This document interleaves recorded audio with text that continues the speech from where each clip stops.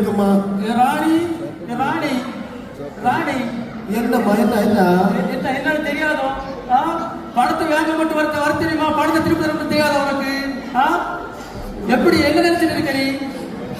பரமா bore சத்தம் போடாதுங்க. இந்த பிள்ளை இருக்கா மரும வீட்டுல இருக்கா கேட்டா சத்தம் போடாதுன்னா நான் சாந்திட்ட பணம் கேட்டேன். ஒரு வாரத்துல தருவான்னு சொன்னேன்.